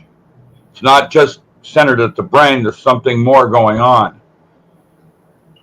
Structured water, all of that, microtubules, fluorines. That's what a microtubule is. It's a resonant cavity oscillator. And it has a certain geometry to it, so that it has frequency, oscillations, amplification. And it's just on the outside of the physical body. Microtubules, structured water. That's probably part of what goes back at the moment of death. I think it's a type of waking up. It's the way we look at things. I don't know. It's interesting, though. It's really exciting. Like I said, there's so much to explore, and doing that inner work, which is what I think you said is important, but taking into account really what's going around us. And we can only play our own little individual role within this play or movie. Well, that's why we're sugarettes in Gaia's kitchen. We have no idea what's going on. What's the largest life form on Earth right now is a Agaricus mushroom in the Blue Mountains of Oregon. And that's also the third largest. And one of the discoveries I made, that one up there in Vancouver, was that a forest that has a mother tree and the forest around it acts exactly like a crystal does. Exactly, with event horizons and precursor waves. When something happens at one end of the forest, the entire forest knows it at one simultaneous moment. That's called a precursor wave. And event horizon, where it's outside time and space. And a crystal's the same way. When it shatters, the entire crystal knows it. Isn't that interesting? Wonder what it means. The second largest life form, by the way, is an aspen growth down in Telluride. I think that's the most important thing, actually, and that brings to the point how we're actually all really, connected, right? At many different levels. You can absolutely say that that's absolutely correct. It's like a hierarchy, or what they call mycorrhizae, in a series of life forms in a habitat. You got red spider, thrip, nematode, goes on down right onto the bacteria, viruses. By the way, my new delivery system is no longer being used in pharmacy, and I'm very disappointed, because when you take something down to nanometer format, you bypass the need for digestion. You can go directly on the area that's infected, or whatever, and cure it using pharmaceutical mushrooms. There's three groups of mushrooms. There's psychedelic, gourmet, and pharmaceutical. The pharmaceutical are mostly about oxygen. They're oxygen molecules like polysaccharides and beta-glucans. And the polysaccharides you got an oxygen molecule, you got a polysaccharide, a big, huge sugar that breaks down, releasing more than 100 oxygen molecules. If you put that in nanometer format, you can put single drop on your abscess tooth, and it's cured within 2 hours, whereas if you take an antibiotic, it takes two days or more, coming up, killing everything on its way up. And basically, what the oxygen does is it falls through the cell wall like an asteroid through our solar system, and goes right straight directly to ATP, which is the quark gluon plasma engine inside your cell wall that acts as that's your immune systems. That's your switch to turn on your immune system. It's ATP. It's done with oxygen. You can't get enough oxygen in your body. You start putting something through. Way I created that was I ran this mushroom through a jet engine at Mach 4, and it knocked it down to 400 nanometer, like you do chicken manure. Breaking down chicken manure, they run it through a jet engine. And but this one knocked the mushroom down to 400 nanometer, and now you have a superfood, one that can cure immediately. Supposing you had something wrong with your lung, you'd lay on your back and put it in water and mystify it and let the mist drop down on your stomach, and it'd go right straight to the lung without even going through digestion. And rather than getting only 28% action, you get all full 100% of the oxygen. It's superfoods, and they're mycelium. Can we expand a little bit? That was something we were talking about yesterday and today on the phone. Is that when I started talking about what I was doing with the water and restructuring and reprogramming that through using sound and PMF and things like that on my on the plates and stuff, where you could put waters or crystals or food or whatever you wanted. Actually, I've got one here I can show the audience. But one of the things I was doing was programming that with the frequency of making, let's say, frankincense. Yeah, you're actually putting intent inside the water, because when water touches anything other than water, it sets up a series of structured water molecules in front of it, and that's what causes your surface tension.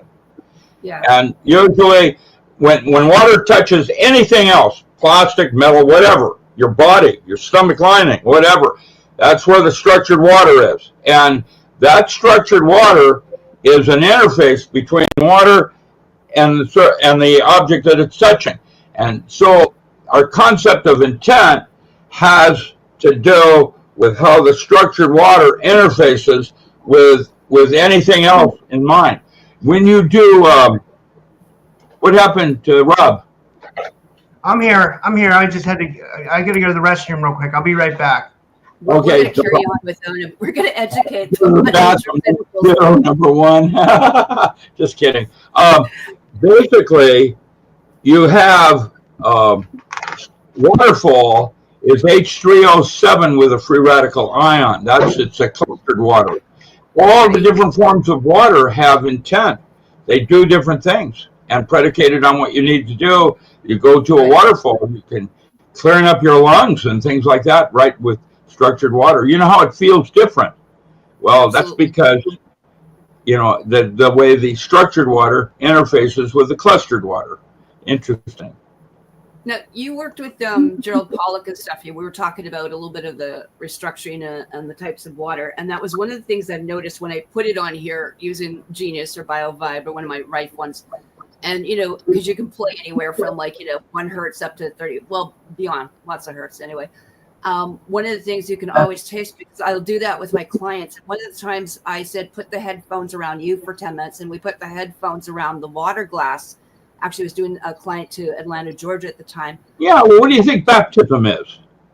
Well, you know, when you baptize a child, I mean, it's all of it comes around. That's why carbon-based life forms are so receptive to water. Well, this is interesting to watch, though. This is interesting. I don't think I ever told you this, but when I did that, you know, as I was doing it with clients all the time, but I said, just leave it on there and you have to go do something. So the water with the glass, and we put the headphones around it. And then what happened is you came back, he goes, oh my gosh, the water is vortexing. It's spinning here, Karen. And because we had hit whatever we did, just like the opera singer hitting the, you know, right note where she shatters the glass, we were able to create that coherence and bioresonancy exactly that it literally was spinning in the glass. Now, was it your imagination that made that happen, or was it the water itself? And the correct answer is yes. I'm pretty powerful. I mean, I've stopped a lot of things and started a lot of things from a distance. Well, you see, your intent structures the water. Yeah, but to watch it actually moving and spinning, like sloshing around, was a whole different excitement for me. But that's the same thing when we're running, and that's what I explained to biofeedback, is that, you know, it's like binaural beats or hemisync. We've either got magnetics if you're not like injected or have a pacemaker, obviously, or pregnant or something. But otherwise, we have headphones and stuff to run the waves or currents or PMF, or our new one right now is actually one is to actually put lights that you are actually microdosing with light and sound. That you don't have to do mushrooms, because we can give you the mushrooms this way, and literally you will actually start seeing the fractal patterns that way. What's that thing called, Karen? And how do people get it? That thing that you're holding about the thing that it can stimulate what is that? Oh my gosh, this is my new favorite thing with Ryan Williams. So two of us got together. There's like a marriage. It's actually called the Neurovisor, but it interfaces with the Genius or the BioVibe or one of our Rife machines. So what it does is you put it on, we create a playlist, and we have 100 plus add the Genius on top of it. So they provide you with 100 different panels, and you can start seeing these fractals. So they are for, do you want to do like a neurophones? That were another one that got earlier, etc. The neurophone and so on. Yeah. Right. That's exactly. Yeah. This is the upgrade from, I would say, Brain Tap and the Neuro, all those. And what happened is these particular ones, when they came out, they used to be very expensive, and they still are, by the way. They're usually $5,000, $6,000, $8,000. This is probably, no, seriously, this is, you have no idea the expense. Like I said, I was not joking. That's a $50,000 investment my center had. And all of my staff in my centers were trained in herbs, oils, biofeedback, colonics, massage, crystals, the whole 9 yards, and matrix energetics, and Shotai, and all that. All of us were trained in that, because we needed to be another option instead of going to the emergency. We have a natural version. And right now, that Neurovisor that interfaces, I also have one where we can now put it directly on the skin anywhere.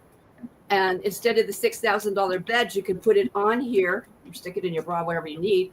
And you are now getting nitric oxide increased by about 700%. This is the kind of thing, it's not just sounds and tones. And people can get a hold of me if they want. I put the link in your thing, and I'll put it underground and below. Is it basically, you can go to one of my websites or go to Insight Health Apps, or on my Facebook on the front, there's a whole section, and I'm putting those albums in there for you. And I would like to do, just even like a show on teaching people how to use this and how simple it is. And when Ryan put this out, he put all these apps out that you could play with at least 1 week for free. You don't even have to buy it. By the time I kept trying, I said I could get anyone for about a month. Have you seen, Karen? Have you seen the download I have called the Brain Driver? That was developed. It's Holosync and Hemisync by Robert Monroe when he was at Berkeley. You put 40 cycle in one ear and 46 cycle in the other, and it drives your brain down to 6 cycles, so you're going into a middle theta state. Right. When you do that, you can program yourself. You can reprogram your brain in belief systems and things like that. That's my biggest seller right now, is the Brain Drivers. They were based on a bunch of Scientologists. Bill Harris up in Portland took Robert Monroe's things and started using them so that they could reprogram people. And that system works really well in terms of changing your belief systems like you would a pair of clothing. And once you get that in that place, the neurophone. Doc Ram, we have a question from the audience. I don't know if you're going to know this. Stone Hobbit wants to know in the chat. She wants to know, do you know anything about the Pope's Amanita muscaria ointment remedy? She says Amanita muscaria. Yeah, I'm familiar with that. And Amanita pantherinalis. Those are all. They were used by shamanistic for near-death experiences. And near-death is another form of rebirthing. And in shamanistic, I studied with Mercy Eliade and experimented with Amanita. What we would do is take all the little pieces of what we call toxins. They were little tufts of white on the thing before we would even bother with the cap. Psilocybin isn't as nearly as toxic as, peyote. Peyote is another one that has it, where you get in close to a near-death experience and you go into a place of reprogramming. It's a stasis place. I've taught that years and years ago. I haven't used those techniques because I don't need to anymore. I've learned how to go directly into imaging, or what we call sacred geometry where you envision a certain geometry in your mind's eye, and you can simulate almost any high you can get from any drug. I don't need drugs anymore. I can go. That's amazing, dog. How do you do that, or how can people learn about that? That'll be my new coming out called Electromagic, where I bypassed the use of drugs and went directly to currents on the forehead and broke a code, and it's your neurotransmitter that actually creates the high and so on like that. But you, like most of us in the early years, use that for escape or recreation. Wow, man, totally gnarly, and you'd be out there in this zone place. However, if you step back for a moment and realize that in this place, like I'm just going right now, you can do things you can't do in conscious awake state. And that's the part of gifts of what altered states are. And you might start with John Curtis Gowan, who did an ontology of mystical states out of Northridge. You'll find that work in Power Tools, which were the 8 protocols or 8 altered states I gave the SEAL program that turned SEALs into Supermen. And imagine what you could become if you had access to 400 altered states, not for escape, but as tools where you could change your reality. Wakey. That's amazing. That's amazing. That's where we're going. And just before we got there, a giant 6-foot waffle iron is going to giggle at you that if you're digging it now, wait till the rush hits. That's a direct quote from Board of the Rings with Dildo Baggins. Sorry. I just had to slide that in there to mess with you.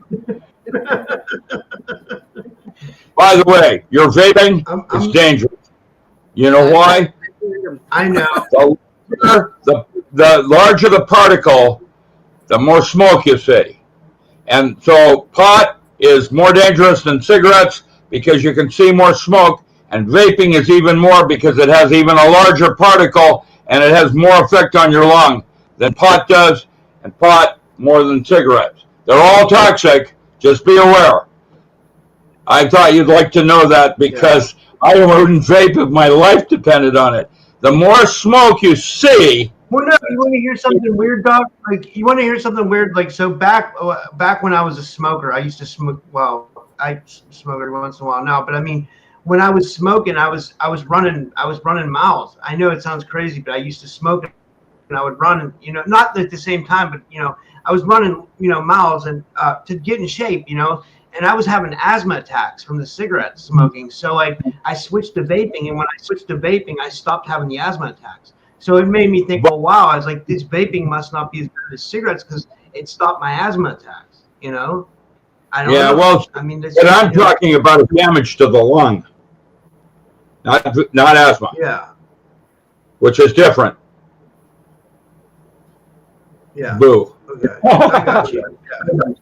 Okay. Karen, I turned your mic up. Your mic was low. I turned your mic way up, on my end. I don't know if you can do. I don't know. I don't have like an equalizer, so it doesn't I'll bring this in a little bit closer. Is that better, guys? Can you let us know? Is my voice sounding a little bit more? Yeah. Wait, can you on point? I mean, you've sounded fine the whole time to me, but it's weird that I guess it comes out differently for the audience. It's but I didn't mean to interrupt. You were talking about the neurovisor, Karen. Like, how do people get that? It sounds amazing. Well, it absolutely is. If you give me some ability, I'm just going to maybe screen share. I can take someone over. I put the link into basically my Facebook because there's so many different albums in there that we've started going into it. And I can just do a couple really quick things, I think, on there. I've got some Google documents and stuff like that. So let me just screen share right now here and see what we get. The entire screen, I guess we'll go there. Hopefully, let me know if you can see my Facebook here. I'm adding it right now. It just popped up on the bottom. I gotta add it. There it goes. It should be coming up right now. Okay, so let me know when you see it. One of the things I've got, one of my Facebooks, it's Karen Ann Macdonald, and there's several. The other one I put them on is Ann Lucyk for Karen Ann. I've got a whole bunch of stuff on here if people want to look at the PDFs, the instructions, what are the benefits, how we're using, as he talked about, it's got the 40 hertz in here, but we're using these for many benefits, because what you can do is you can even do psychedelic microdosing. So you can actually put your voice or intent or an affirmation or whatever you want to go and do, you can put that into the Genius and then recode it into light and sound as well. And one of the United States Navy trained psychiatrists is Dr. Cody Rao, and he specializes in neurotechnology, and he was one of the co-founders of Stanford Brainstorm. And he has found some amazing stuff compared to, we talked about the old stuff, but this is basically enhancing your brain and bringing the neuroplasticity up. So I think we can actually interface many different devices from Inside Health apps. It's not the only one, but there's a BioVibe or any of these, but that's basically for brain wellness. So we can go into brain gym stuff. We can go into mind states, better sleep, cognition, creativity, that type of thing. And then for getting people to focus. And it's another way to get that kind of stimulation instead of using vaping or smoking or necessary psychedelics, which are not necessarily for everyone. I know there's a lot of people using patches these days. I put a patch on and I went into a heart attack within like less than 4 hours. So what we've done is we've got light emitting diodes, and they can deliver choreographic patterns, and basically they support the brain.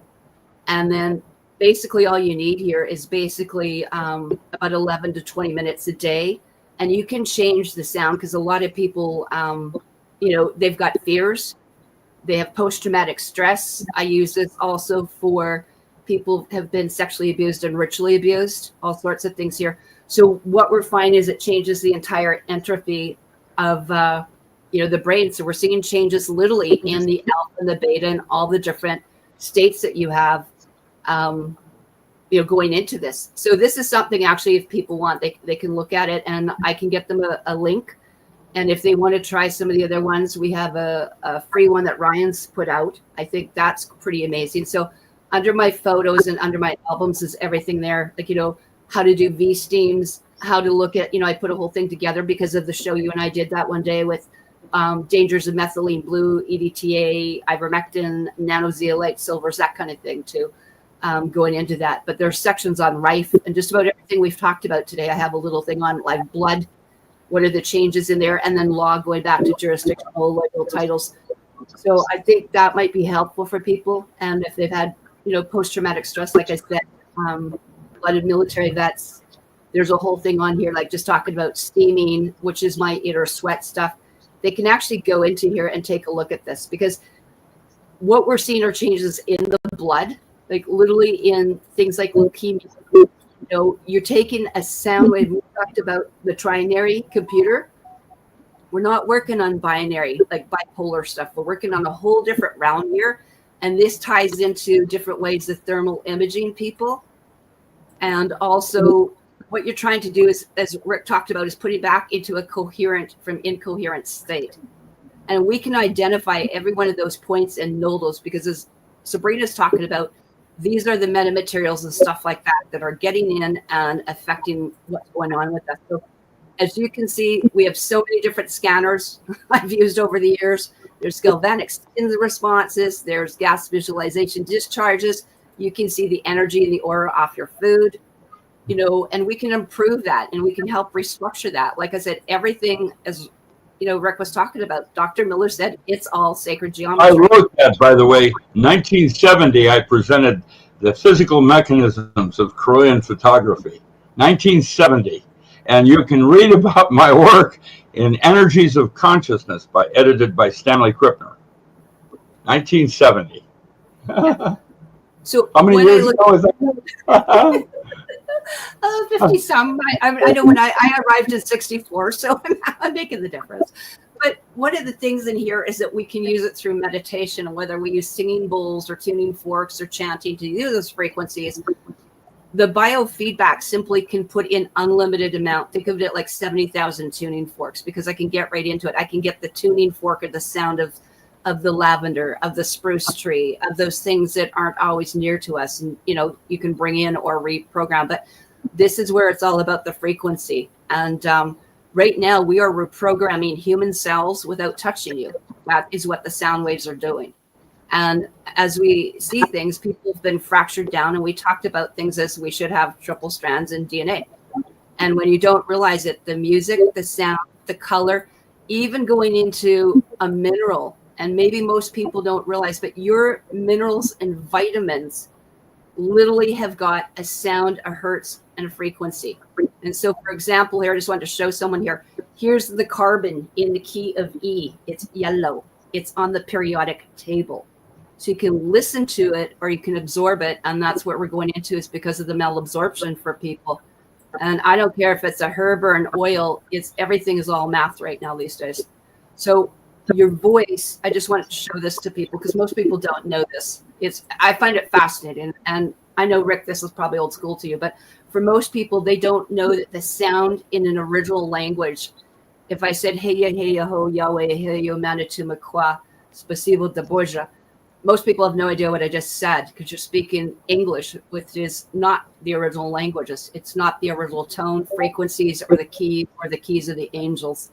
But in here, I want you to see the vocal pattern. That's actually how we do it. So when we take a voice imprint, which we don't keep, by the way, I don't keep anything.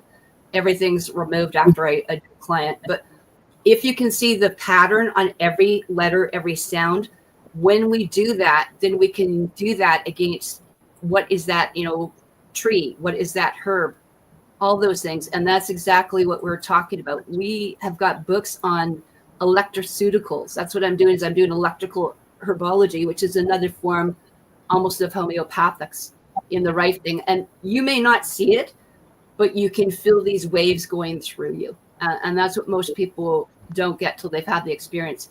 And exactly as Dr. Miller was talking about, the delta, the theta, the beta, the gamma, the alpha, all puts you into different states of being. And we can affect that. Our stuff behind the scenes is very technical, but we're trying to make it really simple for you.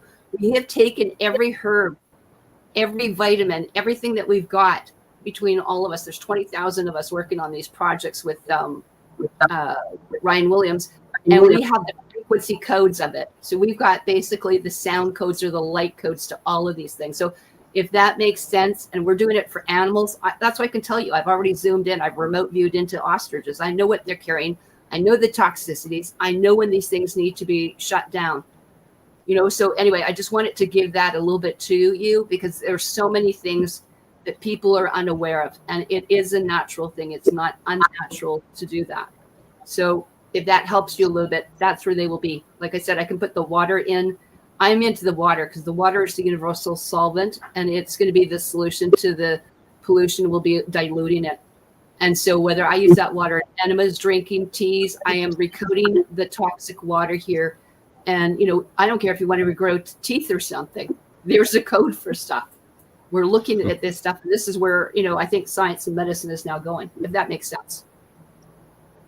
Wow, that's amazing. That makes sense. And I haven't even gotten that, but I go in to teach. I'm one of the instructors. I'm one of the few people that's certified for I've been nursing. This is 40 some years of nursing already, actually 41.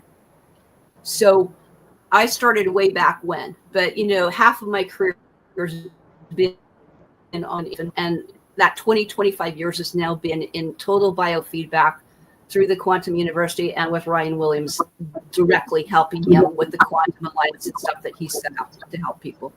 And you know what we just did, just to let you know, you guys have probably heard what Canada and worldwide is that they now have got, and I don't know if I talked to you about this, Rick, but they've gone into telemedicine. So right now you just have to go onto the computer, talk to Grok AI or whoever, ChatGPT, put in your symptoms, and they will give you the drug and the diagnosis, and then the doctor can fulfill the prescription.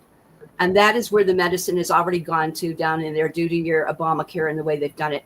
We have now put in, and Ryan Williams has just put out that we will put the genius, and let's say, because I can identify, are you low in vitamin A, vitamin C, whatever it might be, and give you some possibilities, but give you the natural herbs like, we could take camu, or we could take some, other kind of, natural foods or whatever, or you'll get this in your shaga or whatever. So I want people to know that we've gone that far right now. We're not only educating, but we've gone into basically, and it's not artificial intelligence. We're using a computer algorithm to take yours and look at possibilities as opposed to doing a diagnosis with pharmaceutical toxins, right? There isn't a healthy thing that is out there right now that is not chipped. Well, the distinction that I made way back when was the distinction between standardized extract and full spectrum. And standardized extract is target chemistry, like acetylsalicylic acid, right. Aspirin. But full spectrum is when you use aspen leaf and aspen bark, which means it also has natural buffers. Yeah. And that's the one thing is that people don't realize. That's why I like essential oils, right? Because you may have one thing cleansing the blood like clove, but you've got, 200 other things that are going to buffer it. So it's not like heparin or warfarin where you're going to bleed out and take half and take a wrap. Full spectrum of the natural ingredients, where the chemistry came from. Yeah, and that's where I was saying, people pushing, let's say, nicotine gum and the patches and things like that, because you don't realize the metamaterials that we necessarily do. Or that's one of the reasons I talked about crabgrass and the fact that it has dimethyltryptamine. Not the one that is a neurotransmitter. It has one that's slightly different that is from crabgrass that you smoke in a glass pipe. Not a toxin. It's 5-alpha dimethyltryptamine. But the neurotransmitter that gets released, that gets you high from the DMT that you think you're smoking, is your own neurotransmitter, which is N, and hyphen dimethyltryptamine. And that's why I often say that these chemistries are not about chemistry. They're actually delivery systems from God to start your own process. Exactly. It's a supportive, this is the whole thing is giving things naturally. And this is why I have a real problem with what they're doing, not just at the ostrich, but it's a continuation of this whole agenda that, is Project Paperclip with bringing these people out and to take animals, to mutilate them, to torture them, to put experimental biohazard level 3, 4, and whatever else into them, and then put them back into the market for meat, for eggs, for manure, to pollute all our international waters all the way through. This is an international water war crime. But now that I see what they want to do is they want to put it more into masks, more into injections, more into sprays because of what they see is the hesitancy of people listening now, and then, gosh forbid we have it in candy now too. So this is a huge thing. I just can't thank you enough for the amount of information that you have put into your books. And hopefully we can get some people that are really excited to look at some of the books that you've got there, the workshops that you've done, the training manuals that you've gone, and then also to assist you to get, someone here that can help you if someone's interested, in furthering, what you can do, helping, setting you up. You need assistance here. You need people that can help do the transition into the Okanagan next to me. I'm going to be into those areas. I'm covering. That's part of my territory as a clan mother. I want these things set up. And I think this is so, so important. And, if someone can assist with that, whether it's computers or bookings or something along like that, that would be just great, because this is really where we need to go. Is you're one of the few people that has worked with the tribes and been given full blessings, to do this as well, it's wonderful. And I'm really grateful that, we're doing this, and let's do this as friends. I think it's the only way it can go forward. And despite whatever happens of the calamities, it's just a resetting. It's Gaia's way of, delivering, having a new baby, right? Just got to watch out where you are for the delivery. Thank you, Robert. Thank you. Yeah, this was awesome. Thank you guys. And Doc Ram, do you want to tell people where they can get your books and stuff? Is it an easy link to go to? Or? Yeah, well, I have a shopping list of skill sets I need. I can do everything pretty well. I can't do everything. I can do anything fairly well. I can't do everything. It's just too much. Right now, I have a bunch of manuscripts I'd like to finish. How do I do that and fix my website? Which Google, with intent, screwed up with AIs now making, they've changed the algorithms on the internet so that it's all drawn into Google. And when you start to realize what an AI is becoming, It's the next life form. It takes over after carbon-based life forms are extinct. Wakey, wakey. Anyway, it's been a pleasure. Yeah. Well, thank you so much, guys. And yeah, Karen, do you want to tell people where they can find you and stuff? And yeah, this was awesome. Yeah, absolutely. I've got an email. I got 2 emails. One is, and I'll put them in the chat room right now as we're going, is clanmother13@gmail. Please use a K in the original ways and all lowercase. I've also got my Facebook I'll put in there. I'm on Twitter, MeWe, LinkedIn for my professional, and of course, Telegram, True Social, and wherever else. But I like to use a lot of Facebook because if people want to, I can do a house call immediately. Telegram allows me to do that. So does Zoom, the new Teams, as opposed to the old Skype. So if they want to get a hold of me there, I think, for health, or if you have a question, I'm more than happy to help you with that.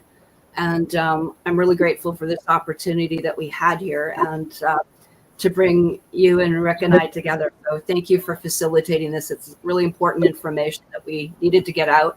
And Rick and myself and others will have lots of projects, because this is what we want to do is further and have a protected, safe environment, for the children to come.